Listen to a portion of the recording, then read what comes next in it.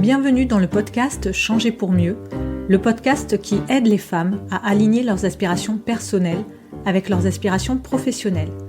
Je m'appelle Sophie et je suis consultante en accompagnement professionnel. Ici, je parle de carrière seule ou avec des experts et des invités.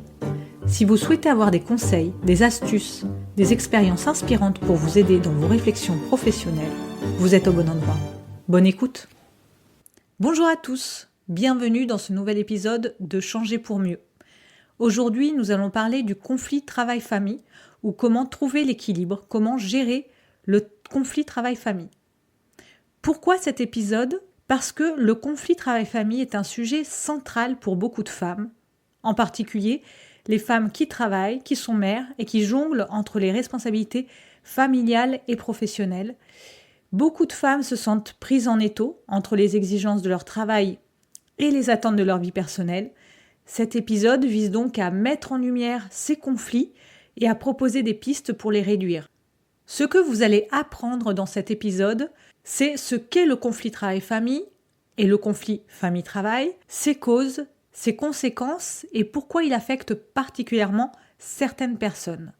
Vous découvrirez aussi des outils pratiques pour gérer ce conflit et retrouver un équilibre plus serein. À la fin de cet épisode, vous aurez une vision claire des dynamiques du conflit travail-famille et des stratégies concrètes pour réduire ce stress au quotidien. Vous repartirez avec des conseils pratiques pour mieux gérer vos priorités et éviter le sentiment d'être constamment en tension entre vos différentes casquettes. C'est parti. Déjà, qu'est-ce que le conflit travail-famille ? Donc c'est une forme de conflit de rôle où les exigences de l'emploi et les exigences familiales sont jusqu'à un certain point incompatibles, faisant en sorte que l'implication dans un rôle rend difficile l'implication dans l'autre.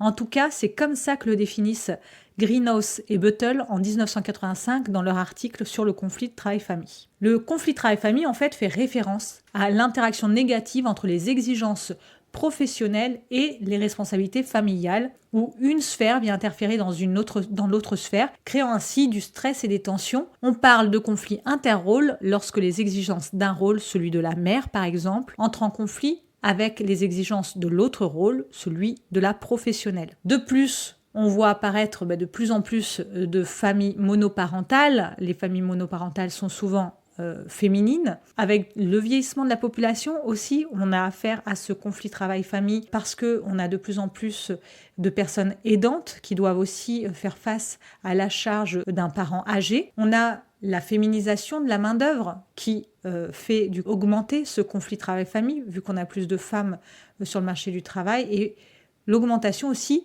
des couples avec deux carrières qui, de fait, du coup, font augmenter le conflit travail-famille, vu que les deux personnes ont la charge de leur carrière en plus de la famille. Donc ça, ce sont des éléments qui ont été mis en évidence par Saintonge et ses collègues en 1994 dans un article sur le conflit travail-famille. Et où on voit pourquoi est-ce qu'on en parle de plus en plus de ce conflit travail-famille. Donc cet article, il date d'il y a 30 ans et il est toujours d'actualité. Ces éléments de contexte, augmentation des familles monoparentales, vieillissement de la population, féminisation de la main-d'œuvre, augmentation du nombre de couples à deux carrières, est encore d'actualité. Donc le conflit travail-famille, en fait, c'est comme un élastique qui serait tendu entre deux points à deux endroits. D'un côté, le travail, de l'autre, la famille, et plus on tire dans un sens, et plus l'élastique se tend dans l'autre jusqu'à ce qu'il finisse par céder. Donc c'est très compliqué quand on est confronté à ce conflit travail-famille. Et j'imagine que si vous êtes une femme, une mère qui travaillait, vous devez savoir de quoi je parle. Et en effet, le conflit travail-famille, il se révèle, par exemple, en effet, quand on a un enfant malade que l'on doit garder et en même temps une journée de travail qui nous attend avec des impératifs, des réunions importantes. Qu'est-ce qu'on choisit ? Est-ce qu'on choisit entre garder son enfant malade ou aller au travail ? Souvent, on n'a pas le choix, sauf quand on a des parents qui peuvent aider ou une nounou sur lequel se reporter. Mais c'est un exemple de conflit travail-famille qu'on peut rencontrer quand on a un enfant malade à gérer. Donc ça, c'est le sens conflit famille-travail, en fait. Et l'autre sens, conflit travail-famille, c'est quand on ramène du travail à la maison, au sens propre comme au sens figuré, quand on ramène des choses à lire, des dossiers à faire, son PC, son téléphone portable, qu'on prend un appel alors qu'on est avec sa famille. Là, c'est le conflit travail-famille, parce que du coup, c'est le travail qui rentre dans la maison. Maintenant qu'on a vu ce que c'était que le conflit travail-famille, on va voir les facteurs du conflit travail-famille, c'est-à-dire qu'est-ce qui cause du conflit entre le travail et la famille et le travail. Les chercheurs sur le conflit travail-famille ont mis en évidence un grand nombre de facteurs qui peuvent exacerber ce conflit travail-famille. Si je reprends l'article de Saintonge de 2002, il a travaillé sur le conflit famille-travail et le conflit travail-famille. Et dans le conflit famille-travail ressenti par les salariés, il se trouve qu'il est surtout influencé par l'ampleur de l'appui offert par le conjoint, c'est-à-dire que plus on a d'appui de la part de ce conjoint, moins on a de conflits de la famille vers le travail. Et puis dans une moindre mesure, Saintonge montre également que le nombre d'enfants joue sur le conflit famille-travail. Il y a aussi des éléments qui peuvent exacerber le conflit travail-famille, notamment quand le rôle au travail qu'on a n'est pas clair, est ambigu, qu'il est surchargé, qu'on est en surcharge de travail, ou qu'on est en conflit entre les différents rôles qu'on doit jouer. Alors là, le conflit travail-famille est exacerbé. Donc la surcharge de travail, l'ambiguïté, ce qu'on appelle l'ambiguïté de rôle, joue un rôle sur le conflit travail-famille. Il y a également le manque de soutien social ou familial. Tout à l'heure, je vous disais, quand on a un enfant malade, si on a la famille à côté, qu'on peut laisser notre enfant aux grands-parents, on est moins sujet au conflit travail-famille que quand on n'a pas de famille et qu'on est seul et qu'on doit du coup appeler notre employeur pour dire qu'on ne pourra pas venir, pas tenir notre réunion ce matin parce que notre enfant est malade. Donc le manque de soutien social ou familial joue aussi un rôle dans le conflit travail-famille. Les attentes aussi sociales et culturelles peuvent exacerber le conflit travail-famille. Les attentes sociales et culturelles liées au rôle de la femme dans la famille, le rôle de mère, dans lequel les exigences sont très importantes, et puis aussi les attentes sociales et culturelles liées au travail, la pression qu'on met au travail joue un rôle sur le conflit travail-famille. Et quand on a du mal à poser des limites claires entre la vie personnelle et la vie professionnelle aussi, là, il y a plus de risques d'avoir du conflit travail-famille. Donc finalement, le conflit travail-famille, c'est comme essayer de remplir 2 bassins d'eau en même temps, sans savoir à quelle vitesse il faut remplir chaque bassin pour éviter que l'un des 2 bassins déborde. Donc c'est ce qu'on a certainement toutes rencontrées à un moment ou à un autre, quand on doit performer dans notre travail, qu'il y a des gros enjeux au travail et en même temps des gros enjeux aussi à la maison parce que les enfants sont à une phase critique, importante, l'entrée en 6e ou des problèmes d'accompagnement spécialisés parce que l'enfant a des troubles 10 par exemple et qu'il faut l'emmener voir l'orthophoniste. Quand on a des pressions constantes de part et d'autre, on a ces facteurs de conflit travail-famille exacerbés ou pareil, des cas de personnes qui n'arrivent pas à se déconnecter parce que elles travaillent chez elles ou elles travaillent à leur compte et du coup le travail est à la maison et du coup on n'arrive pas à faire la distinction. Donc dans mon cas, par exemple, ce que j'ai mis en place comme technique pour essayer de faire en sorte que mes 2 bassins d'eau ne débordent pas, c'est que je me suis fait un espace de travail chez moi où quand je ferme la porte de cet espace de travail, je suis à la maison et je ne suis pas du coup au travail. Même si mon lieu de travail est chez moi, quand je ferme la porte du bureau et que je suis de l'autre côté, je ne suis plus au travail, je suis à la maison. Bon, c'est une astuce, une technique, mais c'est vrai que travailler par exemple dans son salon, c'est très compliqué du coup après de faire la part des choses parce que le salon est finalement le lieu de travail et le lieu de la famille et du coup c'est compliqué après de faire la part des choses. Maintenant qu'on a vu à quoi était dû le conflit travail-famille et surtout qu'est-ce qui pouvait exacerber ce conflit travail-famille, on va voir les effets du conflit travail-famille, famille-travail. Donc qu'est-ce que ça a comme effet d'être confronté à ce conflit? Donc Saintonge, encore une fois, en 2002, met en évidence que plus les employés estiment que leurs exigences professionnelles sont en conflit avec leurs exigences familiales, moins ils se disent satisfaits de leur vie en général et de leur vie de famille. Donc déjà, le conflit travail-famille a un impact sur la satisfaction vis-à-vis de notre vie en général et de notre vie de famille. Les conséquences du conflit travail-famille peuvent être autres. Il peut y avoir du stress, de l'épuisement, des éléments liés à la santé, une dégradation de la vie personnelle et professionnelle, une perte de motivation, voire même du burn-out. Donc ça peut affecter, je vous disais, la santé mentale et physique avec par exemple des troubles du sommeil, de l'anxiété, de la dépression. Donc les effets du conflit travail-famille peuvent avoir un impact et sur notre santé mentale et sur notre santé physique et puis sur tout un ensemble d'autres éléments, notre satisfaction de vie en général et de vie de famille en particulier. Donc c'est un peu comme quand une batterie se vide petit à petit, qu'on n'arrive pas à recharger, on a perdu le chargeur. À force de puiser finalement à chaque fois dans les deux sphères. Si les deux sphères sont trop contraignantes, il n'y a plus de ressources finalement pour la personne et ces batteries sont vidées. J'avais le cas d'une amie qui avait comme ça 2 enfants en bas âge, une vie professionnelle très prenante et qui du coup s'est fait accompagner d'un coach qui lui a conseillé de revoir ses priorités pour pouvoir ne pas essayer de tout faire et essayer d'accepter que par exemple, en effet, pour le moment, ces 2 enfants étant petits, qu'elle ait moins de temps pour sa carrière, c'est pas grave, elle y reviendra plus tard, et qu'elle se consacre davantage à sa famille, sans pour autant faire une croix sur sa carrière, mais que voilà, pour le moment, qu'elle ne culpabilise pas d'être avec ses enfants plutôt qu'être 100% sur sa carrière. Voilà, sinon, on n'a pas de moyen de recharger la batterie et la batterie se vide petit à petit.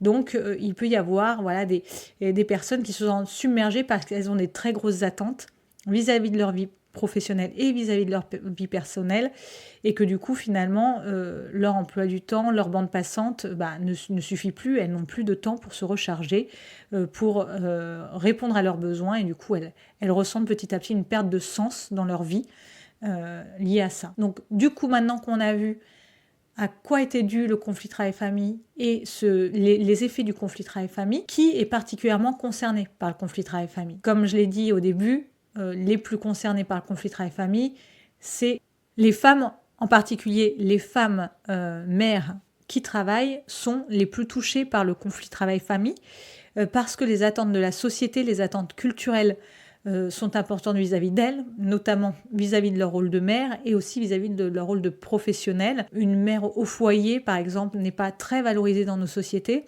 Et en même temps, une femme qui ne pensera qu'à sa carrière en délaissant ses enfants sera aussi mal vue. Donc voilà, elles sont soumises à une grosse pression, de grosses attentes sociétales et culturelles. Donc ce sont surtout les femmes, mères actives, qui sont touchées par le conflit travail-famille, même si il peut y avoir des cas particuliers dans lesquels il peut y avoir aussi des hommes ou des femmes sans enfants qui sont touchés par ce conflit travail-famille. Notamment, encore une fois, avec le vieillissement de la population, on peut aussi penser à ce conflit travail-famille vis-à-vis des personnes en charge de parents âgés, aidant de leurs compagnons, aidant de leurs parents âgés. Et les femmes qui occupent des postes à responsabilité ou qui ont des carrières ambitieuses sont aussi plus susceptibles de ressentir ce conflit parce qu'elles ont souvent des horaires à rallonge, des obligations très chargées, peu de flexibilité sur leur emploi du temps. Quand on a une réunion importante avec un gros client, avec le PDG ou avec le CSE pour les RH parmi nous, on ne peut pas le reporter. Donc, il faut faire avec et donc il faut trouver une solution pour garder l'enfant malade plutôt que de reporter la réunion. Les femmes qui occupent des postes à responsabilité sont plus concernées par le conflit travail-famille. Donc, le conflit travail-famille peut toucher tout le monde, comme je disais, ça peut toucher des hommes, ça peut toucher des femmes, ça peut toucher des jeunes, ça peut toucher des plus âgés, mais il y a des personnes qui sont plus susceptibles d'être touchées. Et c'est comme si on avait tous une course à courir, mais que certains avaient plus de poids sur les épaules que d'autres pour cette course à réaliser. Qui est concerné par le conflit travail-famille ? Les personnes en horaire décalé. Donc, moi, dans ma thèse de doctorat, j'ai étudié la population du personnel infirmier. Les infirmières travaillent en horaire décalé, des horaires de nuit, le week-end. Donc, ce sont des personnes en plus très féminisées parfois familles monoparentales, donc qui sont particulièrement concernées par le conflit travail-famille. Les mères célibataires aussi, les familles monoparentales sont concernées par ce conflit parce qu'elles assument seules la charge de la famille, ou il y a aussi des femmes en couple, mais où la répartition des tâches domestiques est inégale et du coup, elles ressentent plus de conflits travail-famille. Quand elles ont un compagnon, par exemple, qui fait beaucoup de déplacements, qui n'est pas souvent à la maison, du coup, ce conflit travail-famille est très fortement ressenti. J'ai dans mon entourage pas mal de femmes de militaires, par exemple. C'est très compliqué pour elles quand leur mari est en mission, d'avoir une carrière très, très importante parce qu'elles gèrent tout à la maison. Maintenant qu'on a vu tous ces éléments-là, qu'est-ce qu'on fait pour réduire le conflit travail-famille? C'est bien beau d'avoir expliqué ce que c'était, ces facteurs, ces effets, et puis qui était concerné par ce conflit travail-famille. Mais maintenant, qu'est-ce qu'on peut mettre en place pour lutter contre ce conflit, réduire le conflit travail-famille? Je vais vous donner quelques éléments, quelques outils pour réduire le conflit travail-famille. Donc déjà, j'en reviens à mon article de Saintonge de 2002 où il est indiqué que pour minimiser le conflit travail-famille et optimiser la satisfaction à l'égard de la vie en général, les employés et les employeurs devraient d'abord et avant tout veiller à occuper et à offrir des postes où leurs rôles sont peu conflictuels, peu flous, peu surchargés. Donc déjà, travaillons sur finalement le rôle au travail. Qu'est-ce qu'on attend de moi au travail ? Quelle est ma charge de travail? Est-ce qu'elle n'est pas trop élevée? Faisons un focus sur le rôle attendu au travail. Après, l'une des clés pour réduire le conflit travail-famille, c'est de développer des stratégies pour mieux gérer le temps, les attentes et les priorités.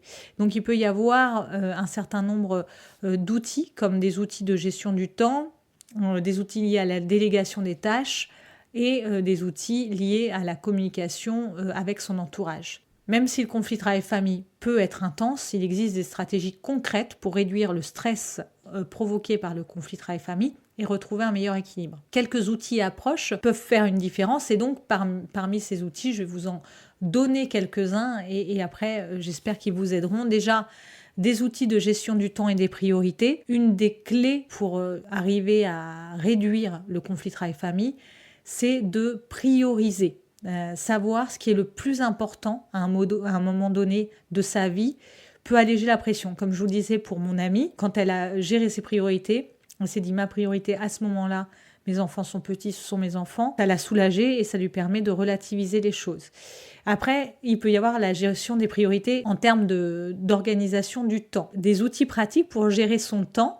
Vous avez la matrice d'Eisenhower qui permet de classer les tâches en fonction de leur urgence et de leur importance. Je ne sais pas si vous connaissez cet outil, mais moi, il m'aide beaucoup au quotidien. Il évite en fait de perdre son temps sur des tâches à faible valeur ajoutée, des tâches non essentielles, et ça permet du coup de se concentrer sur les tâches à forte valeur ajoutée.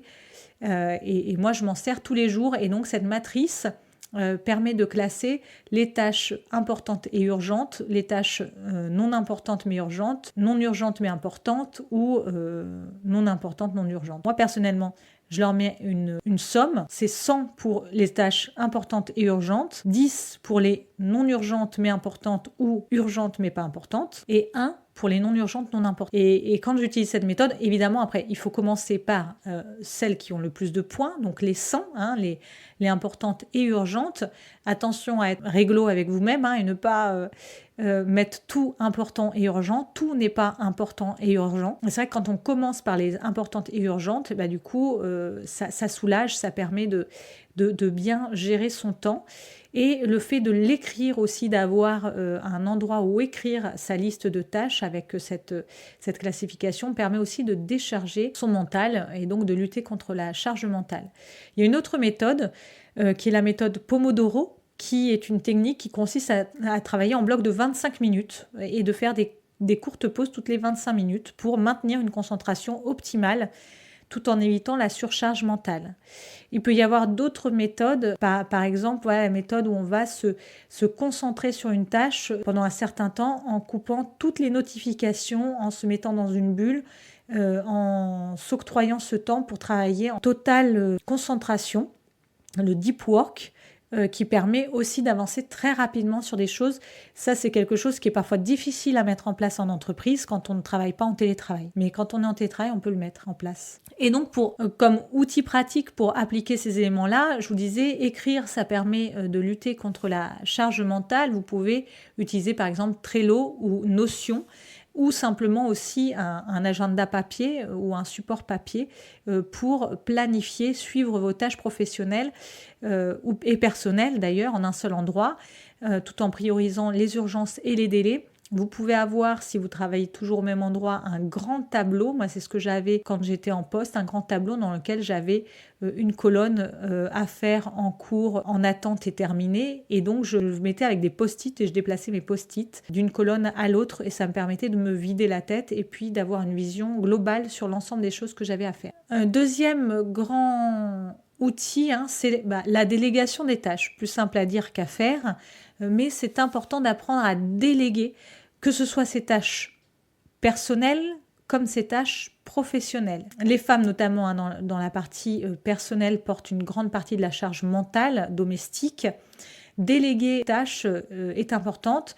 Alors, d'un point de vue personnel, vous pouvez soit le déléguer à votre compagnon, en se répartissant vraiment les rôles et les responsabilités. C'est pas juste dis-moi ce qu'il faut faire cuire ce soir, parce que dans ce cas-là, vous gardez la charge mentale. Il faut vraiment que ce soit lui qui se responsabilise sur, par exemple, le repas du soir.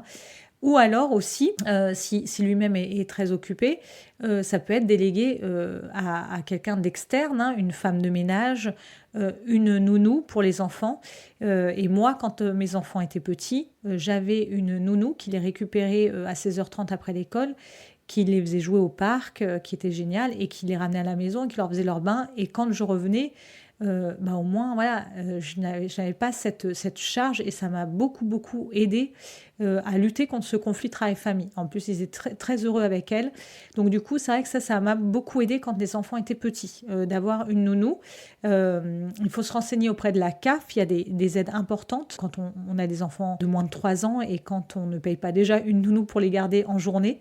Mais quand on peut très bien cumuler crèche plus nounou. Et c'est 2 aides de la CAF différentes qui peuvent aider dans la prise en charge. Après, au travail, ce qui convient de faire, c'est d'identifier les tâches qui peuvent être déléguées à d'autres membres de l'équipe ou externalisées ou automatisées aussi, ou aussi qui n'ont peut-être pas de valeur ajoutée. Le process peut parfois changer. Au travail, je vous conseille de développer l'assertivité. L'assertivité, c'est un comportement qui consiste à définir clairement ce qu'on veut, à faire connaître notre point de vue et à défendre ce point de vue sans agressivité, tout en admettant que les autres peuvent avoir une position différente de la nôtre. Donc l'assertivité, c'est quelque chose de très important pour sauvegarder son espace vital. Et je vous invite à développer votre assertivité pour apprendre à dire non, à définir des limites claires vis-à-vis de vos responsabilités, parce que parfois on a tendance à se rendre indispensable aussi au travail en voulant tout faire. Ça nous flatte dans notre ego, mais ça nous surcharge aussi. Pensez à ces 2 choses, déléguer au travail et à la maison, en interne ou en externe. Et puis, un petit outil pratique qui peut vous aider aussi à gérer votre temps avec votre partenaire de vie ou vos collègues, le calendrier partagé. Donc, pensez aussi à coordonner les emplois du temps de votre équipe, des membres de la famille, grâce à un calendrier partagé. Et puis, enfin, avant-dernier conseil, prendre du temps pour soi. Donc, l'épuisement physique et mental arrive aussi quand on n'a pas du temps pour soi, du self-care. Donc c'est très important, c'est crucial pour maintenir son équilibre, pour réduire son stress, se ressourcer, de garder du temps pour soi. Ça peut être entre midi et 2. Donc moi, encore une fois, quand les enfants étaient petits, je faisais 1 heure de sport entre midi et 2, pas tous les midis évidemment, mais au moins 2 midis par semaine. Pour me ressourcer, c'était mon temps pour moi. Il peut y avoir donc de l'exercice physique à un moment qui est le moins impactant pour vous. Il ne faut pas que ce soit une contrainte. Mais c'est vrai que la pause méridienne peut vraiment être un moment opportun quand on est en conflit travail-famille pour prendre ce moment pour soi, se prendre du temps déconnecté aussi, se réserver des moments sans connexion, sans téléphone, sans réseaux sociaux, se recentrer sur soi-même, prendre un bon bouquin. Il peut y avoir aussi de la méditation de pleine conscience, prendre quelques minutes chaque jour pour se recentrer, pour se détendre, pour réduire le stress, améliorer la clarté mentale. Il peut y avoir donc des applications qui offrent des séances guidées pour les débutants. Et le fait de se recentrer, de se détendre nous fait voir les choses souvent plus clairement et on gagne aussi en efficacité. Donc c'est un cercle vertueux parce que quand on est plus reposé, moins stressé, finalement on est plus efficace et du coup moins stressé, etc. Prenez le temps, ça peut être entre midi et 2, ça peut être si vos enfants font des activités périscolaires et que vous les accompagnez, ça peut être pendant leurs propres activités périscolaires que vous consacrez ce temps-là. Moi maintenant c'est ce que je fais. Et enfin, dernier outil qui est très important, redéfinir ses attentes et être réaliste. Le conflit travail-famille naît aussi du fait qu'on est très exigeant avec nous-mêmes, parfois irréaliste.